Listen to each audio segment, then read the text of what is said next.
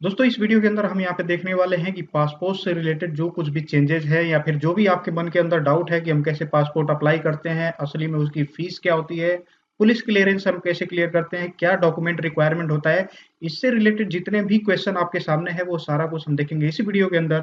चलिए इस वीडियो को शुरू करते हैं और सीखते हैं इस चीज़ के बारे में। तो जैसे हम कोई भी पासपोर्ट यहाँ पे अप्लाई करने जाते हैं तो हम खुद से अप्लाई कर सकते हैं कि नहीं, इससे रिलेटेड मैंने एक वीडियो ऑलरेडी डाला था, ठीक है। उसका मैं डिस्क्रिप्शन में भी लिंक दे दूंगा जिस पे आप आसानी से जाके देख सकते हैं। और यहाँ पे कुछ कई सारे क्वेश्चन यहाँ पे आए हुए हैं कि जो डॉक्यूमेंट से कुछ रिलेटेड क्वेश्चन है, कुछ फीस से रिलेटेड क्वेश्चन है, तो ये सारा क्वेश्चन हम यहाँ पे इसी वीडियो के अंदर कवर करने वाले हैं। एक यहाँ पे जो अपने सब्सक्राइबर है उन्होंने पूछा है कि सर क्या हम बैंक की पासबुक मैंडेटरी है अप्लाई करने के लिए। तो सबसे पहले ये हम बात कर लें कि बैंक की पासबुक आप यूज कर सकते हैं अगर मान लीजिए आपके पास आधार कार्ड नहीं है, ठीक है।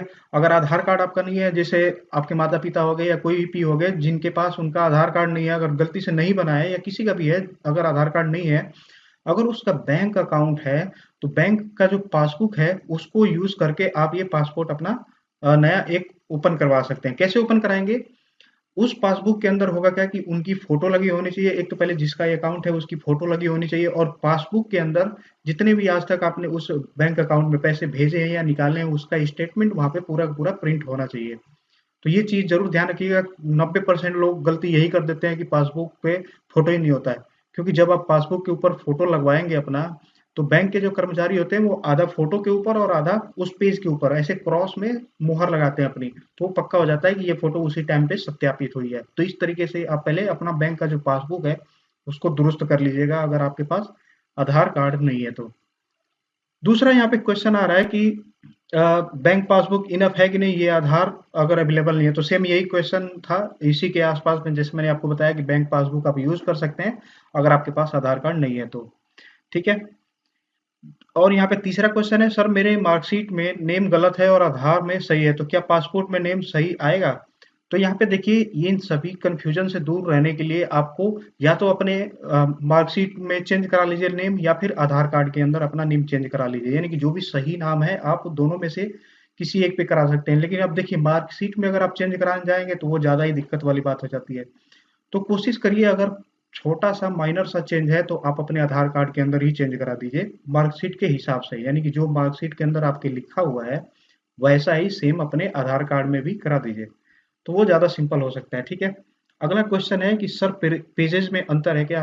हाँ, यहाँ पे ये देखिए कि जो भी पासपोर्ट यहाँ पे अप्लाई करते हैं हम, तो दो ऑप्शन हमारे सामने होते हैं। एक ऑप्शन होता है कि 36 पेज का हमें पासपोर्ट मिलता है, दूसरा ऑप्शन है 60 पेज का यहाँ पे मिलता है।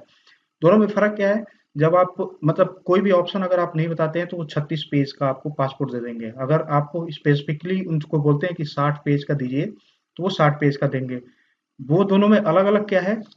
इससे होगा क्या कि जो आपका जो एप्लीकेशन की फीस है वो बढ़ जाएगी। अभी मैं आपको फीस के बारे में भी बताऊंगा कि कब किस तरीके से फीस यहाँ पे बढ़ता है। अगर पेज ज़्यादा हुआ तो फीस कैसे होता है, और साथ ही साथ पेज कम हुआ तो फीस कितना होता है, और तत्काल अगर हम कराना चाहें, यानी कि हमारे पास कम टाइम है पासपोर्ट अप्लाई करना है, तो उसकी फीस कितनी लगती है। अगर हमें आराम से अप्लाई करना है तो उसकी फीस कितनी है। सारा कुछ देखेंगे इस वीडियो में, तो वीडियो के साथ बने रहिएगा, ठीक है। तो यहाँ पे हमारे पास अगला ऑप्शन जो क्वेश्चन है वो आ रहा है यहाँ पे, ओल्ड पासपोर्ट एक्सपायर हो गया है तो मैं न्यू पासपोर्ट अप्लाई कर सकता हूँ क्या? देखिए, अगर आपके पास ऑलरेडी पासपोर्ट बना हुआ है, अगर वो एक्सपायर हो रहा है, तो अमूमन होता है कि 6 साल 10 साल ऐसे इस तरीके से 10 साल तक का वैलिडिटी उसको मिलता है। अगर 10 साल तक आपने उसको यूज किया है या नहीं भी किया है तो 10 साल के बाद उसको रिन्यू करवा सकते हैं, ठीक है। रिन्यू का ऑप्शन यहाँ पे रहता है, जिसमें होगा क्या कि आपके पासपोर्ट का जो नंबर नंबर है वो सब कुछ सेम रहेगा। वो वापस से जब पासपोर्ट ऑफिस आप जाएंगे वहां पे एप्लीकेशन अपनी डालेंगे रिन्यू का, तो वो वापस से रिन्यू कर देंगे। इसके लिए आपको नया पासपोर्ट फिर से अप्लाई करने की जरूरत नहीं है, आप उसको रिन्यू करवा सकते हैं, ठीक है। यहाँ पे अगला क्वेश्चन हमारे सामने आ रहा है कि पुलिस अपने क्लियरेंस के लिए घर पे आएगी या हमें जाना पड़ेगा? अब देखिए, जैसे हम पासपोर्ट यहाँ पे अप्लाई करके पासपोर्ट ऑफिस से हम जब घर आ जाते हैं, तो उसके जितना भी जिस तरीके का हमने सर्विस अवेल किया है, जैसे कि नॉर्मल या फिर तत्काल, उसके हिसाब से आपकी जो क्लियरेंस है, यानी कि पासपोर्ट ऑफिस से एक क्लियरेंस, जो आपके नज़दीकी थाना क्षेत्र है वहाँ पे एक क्लियरेंस आती है। वो ये इंस्ट्रक्शन दिया जाता है पुलिस को कि ये फला आदमी है, इसका ये पासपोर्ट है, ये अप्लाई होने वाला है उसका चेक करके आइए, यानी कि बैकग्राउंड चेक करके आइए कि मतलब इसके ऊपर कोई भी केसेस या ऐसा कुछ तो नहीं है। तो यहाँ पे जो पुलिस क्लियरेंस की आप बात कर रहे हैं कि मतलब पुलिस घर पे आएगी या फिर हमें खुद ही थाना क्षेत्र पे जाना पड़ेगा, तो आप दोनों केस में कर सकते हैं। वैसे मोस्टली सरकार का जो ये नियम है, उनका कहना ये है कि पुलिस आपके घर ही आएगी, घर पे ही आके आपके वेरीफाई करके जाएगी, साथ ही साथ जो 2-3 लोग आस-पास के जो आपके घर के होंगे उनको साक्ष्य बनाएगी और एक वो फॉर्म पे साइन कराती है, ठीक है? आपको वहाँ पे कोई भी पैसे यहाँ पे नहीं देना है। ये ध्यान रखिएगा कि सरकार की तरफ से ये नियम है कि आपको वहाँ पे कोई भी पैसे नहीं देना है पुलिस क्लियरेंस पे।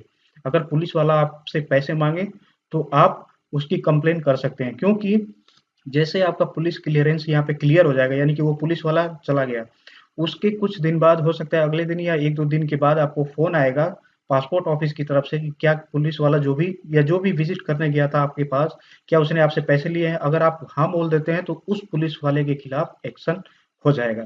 तो इसीलिए यहाँ पे सरकार की तरफ से ये बिल्कुल सख्त आदेश है कि जो भी पासपोर्ट का यहाँ पे पुलिस क्लियरेंस होने जा रहा है, उसमें पुलिस कोई भी आपसे किसी भी तरीके की राशि नहीं माँग सकती है, ठीक है? तो इस चीज़ का ज़रूर ध्यान रखिएगा। तो यहाँ पे पुलिस आपके घर ही आएगी। ये एकदम क्लियर हो गया। अब इसके बाद से यहाँ पे हम बात कर लेते हैं जो 7वां क्वेश्चन हमारे पास कि सर 10th की मार्कशीट खो गई है, 12th से हो जाएगा क्या? तो यहाँ पे देखिए पासपोर्ट बनाने के लिए 3 डॉक्यूमेंट में से कोई भी अगर आपके पास है तो आप आसानी से बनवा सकते हैं। जैसे कि अगर आपके पास 10 की मार्कशीट है या फिर जो 12 की मार्कशीट है या फिर आपके पास कोई ग्रेजुएशन की मार्कशीट है। इन तीनों में से अगर कोई भी मार्कशीट अगर आपके पास है तो आप आसानी से पासपोर्ट अप्लाई करा सकते हैं। तो इसमें ज़रूरी नहीं है कि आप सबको एक साथ लेके जाएँ। हाँ, ये चीज़ ज़रूर आप देख लीजिएगा कि जब भी आप अप्लाई करने जाएँ, तो नाम जो दिया हुआ है आपके पास उस पे जितने भी डॉक्यूमेंट्स हैं, उस पे लगभग सेम ही होने चाहिए। अगर ज़रा-सा भी किसी में गलत या इधर-उधर है, तो उसको आप ज़रूर चेंज करा लीजिएगा, ठीक है? अमूमन ऐसे होता है कि मार्कशीट में तो ज़्यादा लोग चेंज कराना प्रेफ़र नहीं करते हैं, तो वो अपने आधार कार्ड या जो भी स्टेटमेंट जैसे बैंक पासबुक लगाते हैं, तो उसमें ही अपना नेम चेंज करा देते हैं। थोड़ा बहुत जो वेरिएशन जैसे स्पेलिंग मिस्टेक हो गया या ऐसा कुछ हो गया तो वो वहीं पे ठीक करा लेते हैं, ठीक है। वैसे तो सब कुछ हो जाती है तो ये इलीगल यहाँ पे जो मेथड है उसको मैं आपको नहीं बताऊंगा। चीज़ें सब कुछ वहाँ पे भी शॉर्ट हो जाती हैं, जैसे आप पासपोर्ट ऑफिस के आसपास पहुंचेंगे तो वहाँ पे चीज़ें हो जाती हैं, ठीक है। तो कोशिश करके जाइएगा कि आप यहाँ पे प्रॉपर तरीके से अपना नेम सब कुछ मैच करा के जाए। अगला यहाँ पे क्वेश्चन है क्या बिना आधार कार्ड के पासपोर्ट बन जाएगा? तो ये सेम वही क्वेश्चन है जो पहले हमने कवर किया था कि आधार कार्ड के बिना भी हम यहाँ पे पासपोर्ट अपना बनवा सकते हैं। कैसे बनवा सकते हैं? अगर हमारे पास बैंक का पासबुक है, उसके ऊपर प्रॉपर फोटो लगी हुई है, साथ ही साथ उस बैंक पासबुक में पूरा पूरा ट्रांजेक्शन हमारा प्रिंट हुआ है करंट डेट तक का, तो हम उसको एज प्रूफ लगा के अपना पासपोर्ट नया बनवा सकते हैं, यानी कि नया अप्लाई कर सकते हैं, ठीक है। अब यहाँ पे नौवा जो हमारे पास क्वेश्चन आया था कि how can apply foreign passport online, यानी कि आप अगर खुद से अप्लाई करना चाहते हैं पासपोर्ट, तो आप उस चीज़ को कैसे कर सकते हैं घर बैठे ही। तो यहाँ पे गवर्नमेंट की ऑफिशियल वेबसाइट है जिस पे आप आसानी से जाके कर सकते हैं, जिसमें मैं आपको दिखा देता हूँ। जैसे ये है वेबसाइट, इसको मैं नए एक टैब में भी खोल लेता हूँ, ठीक है। और होम बटन पे क्लिक कर देता हूँ। अब देखिए यहाँ पे ऑप्शन आपको दिया हुआ है, अगर आप खुद से ये अप्लाई करना चाहते हैं, इसको क्रॉस कर दीजिए यहाँ पे। खुद से अगर आप अप्लाई करना चाहते हैं तो सबसे पहले नया रजिस्ट्रेशन कर लीजिए, यानी कि इस पे साइन अप कर लीजिए। अगर आपको ये पूरा डिटेल में जानना है कि हमें खुद कैसे इसको अप्लाई करना है, अगर आपको ये जानना है तो नीचे कमेंट सेक्शन के अंदर कमेंट करिएगा। अगर ज़्यादा कमेंट आए तो मैं इसके ऊपर भी वीडियो बना दूंगा कि आप खुद से कैसे अप्लाई कर सकते हैं बिना किसी एजेंट से मिले हुए। आप चाहे तो खुद से अप्लाई कर सकते हैं और आप अपने आप ही पासपोर्ट अपना इशू करवा सकते हैं। तो यहाँ पे न्यू रजिस्ट्रेशन पे अपना नया आईडी बना लेंगे, फिर उसके बाद से अवेलेबिलिटी अपॉइंटमेंट आपको चेक करना होता है, यानी कि किस दिन में आपको अपॉइंटमेंट मिल सकता है, उसके हिसाब से यहाँ पे ऑप्शन सेलेक्ट करने का आता है। जैसे वो आप वो डेट सेलेक्ट कर लेंगे, उस दिन को आपको ऑफिस जो पासपोर्ट ऑफिस है, पासपोर्ट सेवा केंद्र, वहाँ पे आपको जाना होता है और वहाँ पे आपकी एप्लीकेशन की जो टाइमिंग होती है, उस टाइम के हिसाब से आपको देखा जाता है और आपके सारे डॉक्यूमेंट को वेरीफाई किया जाता है। जैसे आप वेरीफाई करा देंगे तो बाकी की जितनी भी चीज़ें वहाँ पे होती है ऑफिस के अंदर, यानी पासपोर्ट सेवा केंद्र में, उससे रिलेटेड मैंने वीडियो बना रखी है, नीचे डिस्क्रिप्शन में मैंने लिंक दिया है, आप उसको जरूर देखेंगे, आपको पता लग जाएगा, या आई बटन में भी मैं उसको लिंक डाल दूंगा, ठीक है। अब बाकी एप्लीकेशन की जो भी स्टेटस है आप यहाँ से ट्रैक कर सकते हैं, ठीक है। अब यहाँ पे हम बात कर लेते हैं कि इस पासपोर्ट से रिलेटेड अगर हमें कितनी फीस हमें लगेगी। जैसे मान लीजिए अगर हमें नया पासपोर्ट यहाँ पे अप्लाई करना है तब कितनी फीस लगेगी, या फिर अगर हमारे पास ऑलरेडी है, अगर वो मान लीजिए एक्सपायर हो गया है, तो उसको अगर हमें फिर से री इशू करवाना है या रिन्यू करवाना है तो कितनी फीस लगेगी? साथ ही साथ हम नॉर्मल वे में अगर करवाते हैं तो कितनी फीस लगती है? अगर हम उसको तत्काल मोड में करवाते हैं तो कितनी फीस लगती है? 36 पेज का कराएं या 60 पेज का कराएं तो कितनी फीस लगती है? ये सारा कुछ यहाँ पे ही दिया हुआ है, मैं आपको दिखा देता हूँ। जैसे कि सेलेक्ट एप्लीकेशन टाइप, तो यहाँ पे ऑप्शन में सेलेक्ट कर लेता हूँ पासपोर्ट, ठीक है। टाइप ऑफ सर्विसेज, हम यहाँ पे बात कर लेते हैं फ्रेश पासपोर्ट की, यानी कि आप नया पासपोर्ट यहाँ पे करने चाह रहे हैं। अब यहाँ पे एज में सेलेक्ट कर देता हूँ 18 साल से ज़्यादा, ठीक है। नंबर ऑफ पेजेस, अभी नॉर्मल हम ले लेते हैं 36 पेज का। और कैसा आप स्कीम चाहते हैं? जैसे नॉर्मल, अभी हम तत्काल में नहीं जा रहे हैं, यानी कि अगर आपको ज़्यादा जल्दी है तो आप नॉर्मल नहीं तत्काल वे में जा सकते हैं, जिससे 10 से 15 या 20 दिन के अंदर जो भी है आपका क्लियर हो जाएगा।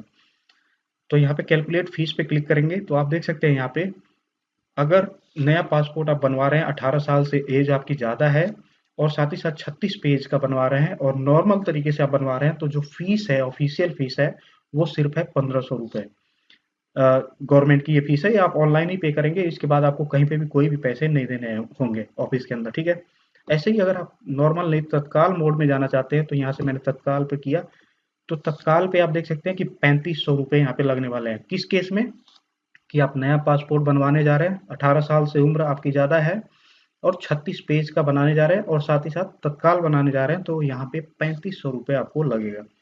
अब यहाँ पे हम बात कर लेते हैं कि अगर वो हम री इशू करवाएं, यानी कि हमारा अगर पासपोर्ट है हमारे पास, उसकी वैलिडिटी एक्सपायर हो गई है, यानी कि 10 साल मान लीजिए हो गया है, तो अब हमें नया पासपोर्ट की जरूरत पड़ेगी, तो हमें नया वापस से नहीं बनवाना है, हम उसी पासपोर्ट को रिन्यू करवा सकते हैं, तो इसी री इशू करवा सकते हैं, ठीक है। तो यहाँ पे री इशू के लिए ऑप्शन यहाँ पे है, सेलेक्ट करिए, फिर उसके बाद से एज उसी हिसाब से। अब जैसे मान लीजिए क्यों आप री इशू करवाना चाहते हैं, तो मान लीजिए वैलिडिटी उसकी एक्सपायर हो गई है, वो आपने ऑप्शन सेलेक्ट किया, अगर 36 पेज का यहाँ पे करते हैं, साथ ही साथ ये नॉर्मल मोड में जाते हैं, कैलकुलेट फीस पे करते हैं, तो देख सकते हैं 1500 रुपये यहाँ पे फीस है। ऐसे ही अगर मान लीजिए इसको तत्काल मोड में लेके जाते हैं, ये तत्काल मोड में, तो इसकी जो तत्काल मोड की फीस है वो है 3500 रुपये। तो इस तरीके से आप ये देख सकते हैं। हाँ, इन केस अब ऐसे हुआ कि मान लीजिए आपका पासपोर्ट जो था वो खो गया, लॉस्ट हो गया है, तो उस केस में आपको कितना पैसे लगेंगे? तो ये जो रीजन ऑफ इशू है इसमें हम सेलेक्ट करेंगे लॉस्ट डैमेज पासपोर्ट। अब यहाँ पे देख ऑप्शन दे रहा है कि क्या आपका पासपोर्ट जो है वो एक्सपायर हो गया है, अगर हो गया है तो यस सेलेक्ट करिए, नहीं हुआ है तो नो सेलेक्ट करिए। तो जैसे अभी मैं कर देता हूँ नो। 36 पेज का हम चाहते हैं, साथ ही साथ अगर नॉर्मल में लेके चलें तो इसकी कितनी फीस होगी? यहाँ पे कैलकुलेट फीस पे क्लिक करेंगे तो 3000 रुपये हमारे यहाँ पे लगेंगे, अगर पासपोर्ट हमारा खो जाता है और साथ ही साथ री इशू करवा रहे हैं तो। ऐसे ही अगर मान लीजिए आपका एक्सपायर हो गया है, ठीक है, तब कितने पैसे लगेंगे? तो कैलकुलेट फीस किया हमने, तब यहाँ पे आप देख सकते हैं नॉर्मल में 1500 रुपये लगेंगे और ऐसे ही तत्काल में अगर हम देखें तो 3500 रुपये लगेंगे। तो उम्मीद करता हूँ आपको ये जो क्वेश्चन था यहाँ पे पासपोर्ट से रिलेटेड आपको अच्छे तरीके से समझ में आ गया। अगर इसमें भी कोई भी समस्या आती है तो आप नीचे कमेंट कर सकते हैं। साथ ही साथ अगर वीडियो अच्छा लगा तो वीडियो को लाइक करिए, चैनल को सब्सक्राइब करना ना भूलें। मिलते हैं आगे एक वीडियो में, तब तक के लिए धन्यवाद।